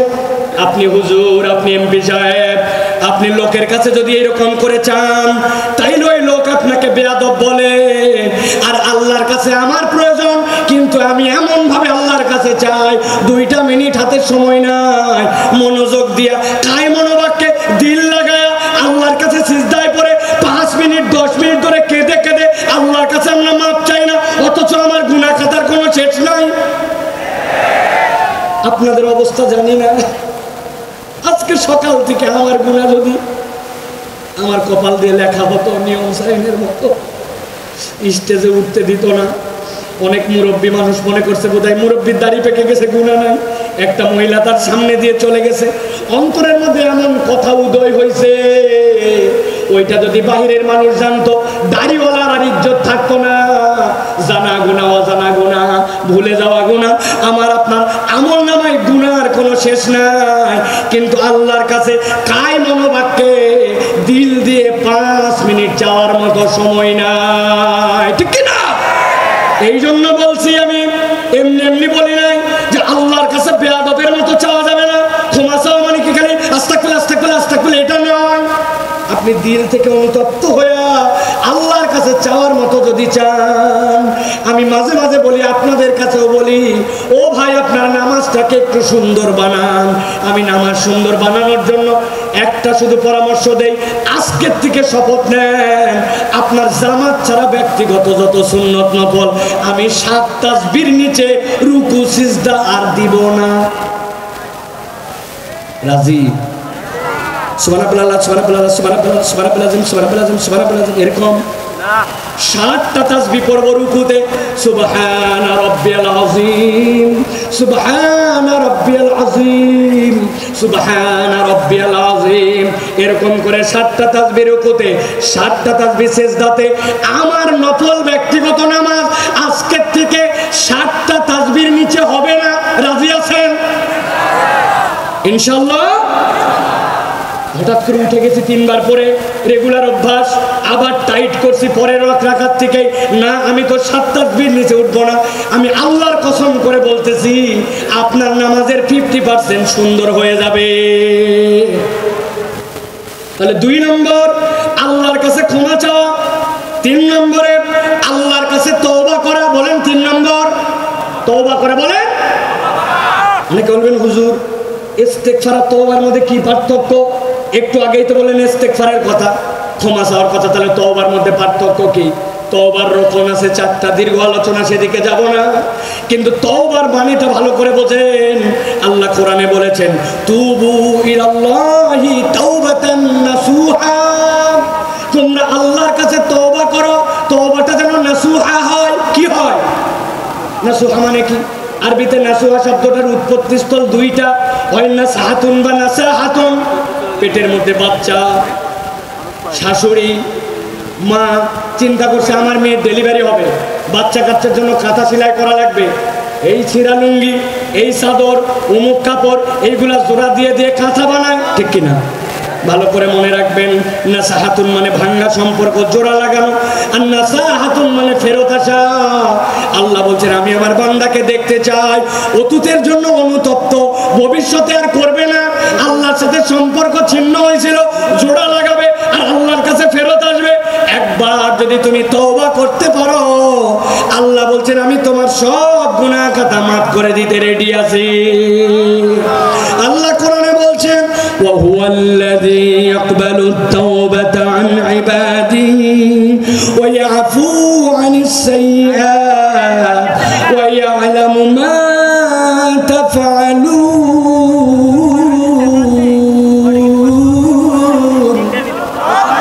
আল্লাহ বলছেন وهو الذي يقبل التوبة, তিনি তো সেই রব যিনি তওবা কবুল করেন আন ইবাদিহি, তার বান্দা এগুলা। আল্লাহ বলছেন ওই আফু আনিস সাইয়্যাত, আর তিনি তো তার দোষ ত্রুটিগুলা ক্ষমা করে দেন। ওই আলামু মা তাফালুন। যুবক রে, মোবাইলে এমবি কিনে রাত্রে কি দেখেছো? বাহিরে জুব্বা টুপি লাগায় ঘুরছো, মানুষ হুজুর হুজুর বলছে, কিন্তু নামাজের অবস্থা কি ছিল, আমলের অবস্থা কি ছিল, ভিতরের অবস্থা ছিল কেউ জানে না। আল্লাহ বলছেন মৃত্যুর খাটলি সকলের কাছে লেগে যাবে, কিন্তু আল্লাহ সব জানেন। আল্লাহ চান আমার বান্দাকে আমি ক্ষমা করে দেই। এই জন্য আল্লাহ বলছেন বান্দা যেন আল্লাহর সাথে ভাঙা সম্পর্ক জোড়া লাগায়, আর আল্লাহর কাছে যেন বান্দা ফেরত আসে। সুবহানাল্লাহ। ভাঙা সম্পর্ক জোড়া লাগায় তওবা করে করে যদি আল্লাহর কাছে ফেরত আসে, আল্লাহ কেমন পছন্দ করেন। নবীজি বলছেন এক লোক মরুভূমির পথে রওনা হয়েছে, উটের পিঠের মধ্যে তার খাবার, 7 দিনের রাস্তা ধরেন, অর্ধেক পেরিয়েছে। যেই না অর্ধেক রাস্তা পার হয়েছে, যাওয়ার পরে একটু গাছের নিচে ক্লান্তি আসছে, ঘুমায় গেছে। ঘুমায় যাওয়ার পরে ঘুম থেকে উঠেছে, উঠার পরে দেখে হায় রে, আমার যে খাবার সব উঠ ছিল, উঠ নাই, উঠ পালাই গেছে। মরুভূমিতে যদি কারো উঠ পালায়, ওই উঠ আর ফেরত আসে, ওই বান্দা জানে সামনে 3 দিন যে আগাবে এই তার ক্ষমতা নাই। মরুভূমি যে গরম, একদিনে শেষ হয়ে যাবে, পিছনে যে বাড়িতে ব্যাক করবে সেই সুযোগ নাই। ওই লোক তো ঘাবড়ায় গেছে, নিশ্চয় এখন নিশ্চিত আমার মৃত্যু, মৃত্যুর চিন্তা। ওই লোক আবার ঘুমায় গেছে। আল্লাহর নবী বলছেন এরপরে হঠাৎ করে সে উঠেছে, উঠার পরে দেখে উটটা আবার তার সামনে এসে হাজির হয়ে গেছে। ওই উটার পালায় যায় নাই, খাদ্য নিয়ে তার সামনে দাঁড়ায় উত্তেজিত হয়ে সে বলছে, আয় আল্লাহ, আপনি আমার গোলাম আর আমি আপনার মাহবুব। যদিও কথাটা হাকিকি না, কিন্তু আনন্দে উত্তেজিত হয়ে বলছে। আসলে বলার কথা আল্লাহ আপনি আমার মাহবুব আর আমি গোলাম, কিন্তু উত্তেজনার কথা ঘুরে গেছে। নবী বলছেন হারানো উট পেয়ে উটের মালিক যেরকম খুশি হয়, কোন বান্দা যদি 1000 ভুল করুক না কেন, একবার তওবা করে আল্লাহর কাছে ফেরত আসে, আল্লাহ এর থেকে অনেক বেশি খুশি হয়ে যায়। সুবহানাল্লাহ।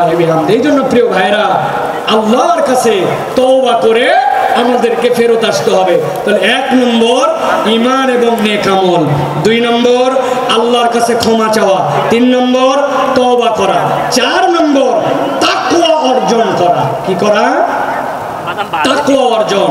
আল্লাহ বলছেন ইন্নাল্লাযীনা ইয়াখশাউনা রাব্বাহুম বিল গায়ব লাহুম মাগফিরাতুন ওয়া আজরুন কাবীর, মাগফিরাতুন ওয়া আজরুন কাবীর। আল্লাহ বলছেন যারা আল্লাহকে ভয় করে, আল্লাহকে ভয় করে চলে, আল্লাহ ভয় করাটাই অটোমেটিক রব্বুল আলামিন বলছেন তার ক্ষমা প্রাপ্তির কারণ হয়। সুবহানাল্লাহ। আমরা বাংলাদেশ নিয়ে স্বপ্ন দেখি, বাংলাদেশ সোনার বাংলাদেশ হবে, বাংলাদেশ দুর্নীতিমুক্ত বাংলাদেশ হবে। এর জন্য দুর্নীতি দমন কমিশন, এর জন্য সিসিটিভি, এর জন্য অনেক কিছু আমরা আয়োজন দেখলাম। কিন্তু জিজ্ঞাসা করতে চাই, এত আয়োজন করেও বাংলাদেশকে কি দুর্নীতি মুক্ত করা গেছে? দুর্নীতি মুক্ত তো হয় নাই, আরো দুর্নীতি বেড়েছে। আমি মজা করে বলি, দুর্নীতি দমন কমিশন একটা স্টেপ নিয়েছে, দুর্নীতিকে না বলুন। এই জন্য প্রত্যেক জেলা শহরে, প্রত্যেক ডিসি অফিসে সেমিনার হবে, বিভিন্ন জায়গায় ফেস্টুন লাগানো হবে, স্টিকার মারা হবে, দুর্নীতিকে না বলুন। এর জন্য বাজেট হয়েছে ধরেন 10 কোটি টাকা। আল্লাহর কি কাম, এই 10 কোটি টাকা 8.5 কোটি টাকা দুর্নীতি হয়েছে। আপনি না দুর্নীতিকে না বলবেন বলছেন, কিন্তু কোথায় দুর্নীতি দূর করতে পারলেন? সিসি ক্যামেরা লাগাইছেন, দুর্নীতি যায় নাই। আমি পাসপোর্ট অফিসে গেছিলাম, আমার পাসপোর্টের 6 মাসের নিচে মেয়াদ শেষ, অনেক আগের কথা। পাসপোর্টটা রিনিউ করতে হবে। পাসপোর্টে যাওয়ার অফিসে যাওয়ার আগে আমাকে লোকজন বলছে প্রস্তুতি নিয়ে যায়েন। আমি চিন্তা করছি প্রস্তুতি মানে বোধহয় কলম কাগজ, তাই তো নাকি? ঠিক না, প্রস্তুতি মানে মাল পানি, ঠিক কিনা? আমি এইগুলা নিয়ে গেছি। যাওয়ার পরে এখন পাসপোর্ট অফিসের দোতলায় আমাকে খালি ঘুরায়, অনেক ঘুরায়া টাকাও নেয় না, কাজও করে না, কি জ্বালা। অনেকক্ষণ পরে বলছে নিচে চলেন। দোতলার থেকে যখন আমাকে নিচে নিয়ে আসছে, নিচে আনার সময় একটা সিঁড়ি, মধ্যে একটা ল্যান্ডিং, এরপর আরেকটা সিঁড়ি, এক ধাপ সিঁড়ি পার করে মধ্যে যে জায়গা, ওই জায়গায় দাঁড় করায় বলছে টাকা ছাড়ে না। আমি বললাম ভাই, তোমাকে এই টাকা দেওয়ার জন্য তো বহুতক্ষণ ধরে আমি ঘুরি, তুমি এতক্ষণ ঘুরে এই জায়গায় এনে কেন টাকা চাও? বলে হুজুর তাহলে শোনেন, এই বিল্ডিং কি পুরাটা সিসি ক্যামেরা নিয়ন্ত্রিত। আমরা মনিটরে চেক করে দেখছি, পুরা বিল্ডিং এর সব জায়গাটা ভিডিওতে আসে, খালি এই জায়গাটা ধরে না। যেই জায়গাটা ধরে না ওই জায়গায় উনি টাকা খায়। তাহলে দুর্নীতি দূর করতে চান আর দেশকে সোনার বাংলা বানাতে চান, কখনো এটা সম্ভব নয় যদি না মানুষের দিলকে আল্লাহর ভয়ে ভীত করে একটা উন্নত চরিত্রের প্রজন্ম তৈরি করা না যায়, শিক্ষা সংস্কার করা যদি না যায়, এই প্রজন্মকে কখনো মানুষের মতো মানুষ এই বাংলাদেশকে সোনার বাংলাদেশ বানানো সম্ভব নয়। কিন্তু আমরা দেখেছি আমাদের শিক্ষা ব্যবস্থায় গাফলতি, নানান জায়গায় গাফলতি।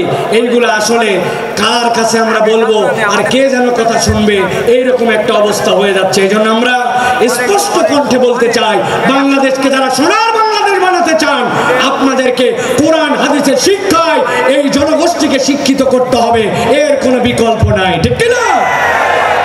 আল্লাহ রাব্বুল আলামিন সর্বশেষ বলছেন 5 নম্বরে তোমাদের জন্য, যারা ক্ষমা পেতে চাও তোমাদের উপায়টা হচ্ছে 5 নম্বরে। 1 নম্বর ঈমান ও নেক আমল, 2 নম্বর আল্লাহর কাছে ক্ষমা চাওয়া, 3 নম্বর তওবা, 4 নম্বর তাকওয়া অর্জন, 5 নম্বর আল্লাহর জন্য দান খয়রাত করা। কি করা বলেন না, কি করা? আমরা কৃপণের কৃপণ হয়ে গেছি, আমাদের হাত খোলে না। আপনাদের এলাকায় খবর নিয়ে দেখবেন, মসজিদে আপনাদের জুমার দিনে মুসল্লি 200 জন, প্রত্যেকটা মুসল্লি যদি 20 টাকা করে দেয়, মসজিদে 4000 টাকা হয়। 4 জুমা মিলায়া মসজিদে একটা ভালো ফান্ডিং হয়ে যায় 20,000 টাকার। মসজিদ কারো দিকে তাকাতে হয় না। কিন্তু আমাদের মুসল্লিদের অবস্থা এমন, মসজিদে সেরা টাকা দেয়, একটা টাকা পকেটের থেকে বের হয় না। আপনি যদি ক্ষমা পেতে চান, আপনাকে দান খয়রাত করতে হবে। দান খয়রাত না করলে ক্ষমা পাওয়া যায় না। দান খয়রাত ক্ষমা প্রাপ্তির মাধ্যম। আমি ছোট্ট 2টা হাদিস বলে শেষ করে দিব। এক মহিলা নবীজির কাছে আসলো, আসার পরে নবীজির জন্য একটা বুর্দা নিয়ে আসলো। বুর্দা মানে এমন একটা চাদর, পাশ দিয়ে ঝালর লাগানো। মহিলাটা ইয়ামেন থেকে সেই চাদর নিয়ে আসছে। সাহাবীরা বলছে, নবী সাল্লাল্লাহু আলাইহি ওয়াসাল্লামের কাছে এসে যখন বলল, হাযা হাদিয়াতুল লাকা ইয়া রাসূলুল্লাহ, নবীজি এমন ভাবে হাত পেতে ওইটা নিলেন যেন কতই না তার প্রয়োজন। সম্মান জানায় নবীজি নিলেন। নেওয়ার পরে নবীজি গায়ে দিলেন। সাহাবায়ে কেরাম বলছে, নবীজির গায়ে এত সুন্দর লাগছিল, এত সুন্দর ড্রেসে আমরা নবীকে খুব কমই দেখেছি। হঠাৎ করে একজন সাহাবী বলে, ইয়া রাসূলুল্লাহ, আপনার চাদরটা আমাকে দেন। নবীজির সাথে সাথে উঠে বাড়ির মধ্যে চলে গেলেন। সাহাবীরা বুঝলেন নবীজি পুরাতন চাদর পরে নতুন চাদরটা ওই সাহাবীকে দিয়ে দিবেন। সাহাবায়ে কেরাম ওই সাহাবীকে বললেন, তুমি এই কাজ করলে কেন? নবীজি দেখলেন না কত সুন্দর লাগতেছিল, কত আগ্রহ করে নিলেন, তুমি কেন এখনই চাইলে? ওই সাহাবী বলতেছেন, আমার সাহাবীরা, চাদরের যে খুব বেশি আমার দরকার তাও না, কিন্তু আমি চেয়েছি নবীজি চাদরটা গায়ে দিয়েছেন, আর কেউ গায়ে দেয় নাই, ওই চাদরটা দিয়ে যেন আমার দাফন কাফন হয়, এই জন্য আমি চাদরটা চাইছি। ঠিক ঠিক নবীজি বাড়ির থেকে বের হয়েছে, তার হাতে চাদরটা তুলে দিলেন।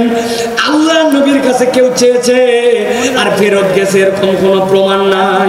এক মহিলা নবীজির জন্য কয়টা খেজুর আর একটা শশা নিয়ে আসছে।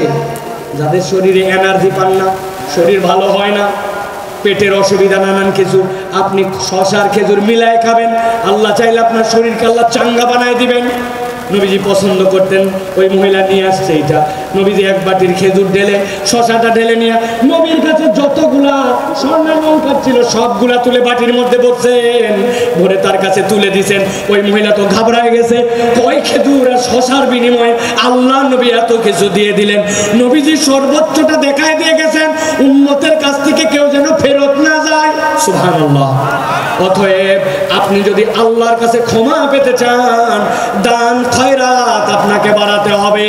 হযরত আলী কাররামাল্লাহু ওয়াজহাহু, তার অভ্যাস ছিল তিনি যদি আল্লাহর কাছে ইস্তেগফার তওবা করতেন, যতবার তওবা করতেন ততবার সাদাকা করতেন। নিয়ত করছে ফজরের নামাজ আর বাদ দিব না, কিন্তু বাদ হয়ে গেছে। তওবা করছে আল্লাহ আগামী কালকে থেকে ঠিক করব, কিন্তু 100 টাকা পানিশমেন্ট দিয়ে দিছি। আল্লাহর কাছে বলছে আর মিথ্যা কথা বলবো না। আবার ফট করে একটা মিথ্যা বের হয়ে গেছে। নিয়ত করছি 2 রাকাত নামাজ পড়বো আর 100 টাকা দান খয়রাত করবো, তওবাও করছি, সাদাকাও করছি। এটা আলী রাদিয়াল্লাহু তাআলার চরিত্র ছিল। এই জন্য আল্লাহর কাছে যদি ক্ষমা পেতে চায়, মুসলমানের চরিত্র কৃপণ হবে না, মুসলমানের চরিত্র হবে হাত খোলা। সুবহানাল্লাহ। একটা ফকিরের অনুভূতি বলে আজকের কথা শেষ করব। এক মালদার লোক, তার কাছে এক ফকির গেছে, যে বলছে কিছু দেন। পকেটে হাত দিয়ে দেখে মানি ব্যাগ না, বুক পকেটে টাকা নেই, বিব্রত হয়ে গেছে।